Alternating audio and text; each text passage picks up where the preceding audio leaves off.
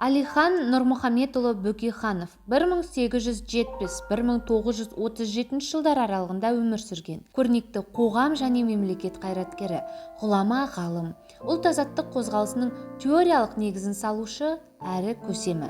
Қазақтың тұңғыш саяси партиясын ұйымдастырушы және Алашорда үкіметінің төрағасы. Туған жері бұрынғы Семей облысындағы Қарқаралы уезінің Тоқырауын болысы, қазіргі Қарағанды облысының Ақтоғай ауданы.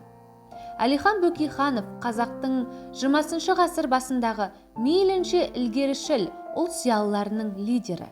Қазақтың өлкетану ғылымының негізін қалаушы.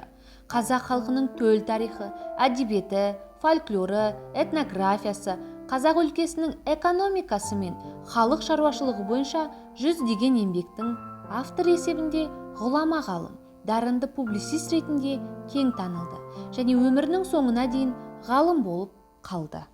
1905-1917 жылдарды қамтыған аса күрделі тарихи кезеңде Әлихан Бөкейханов туған халқының ұлт-азаттық күресінің негізін қалаушы әрі саяси серкесіне айналды.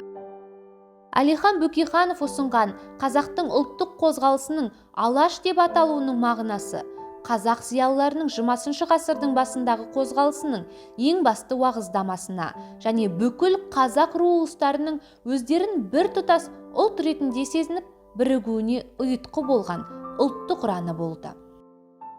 Көзі тірісінде-ақ қазақтың саяси да рухани көсемі ретінде танылған Әлихан Бөкейханның бүгінгі ұрпаққа қалдырған бай да мол мұрасы, қазақ және орыс тілдерінде жазылған қазақ қоғамы туралы статистикалық мақала очерктері, монографиялары, ғылыми ізденістері, әдеби аудармалары, талдаулары, ауыз әдебиетінің үлгілері, ғылыми публицистикалық туындылары бар.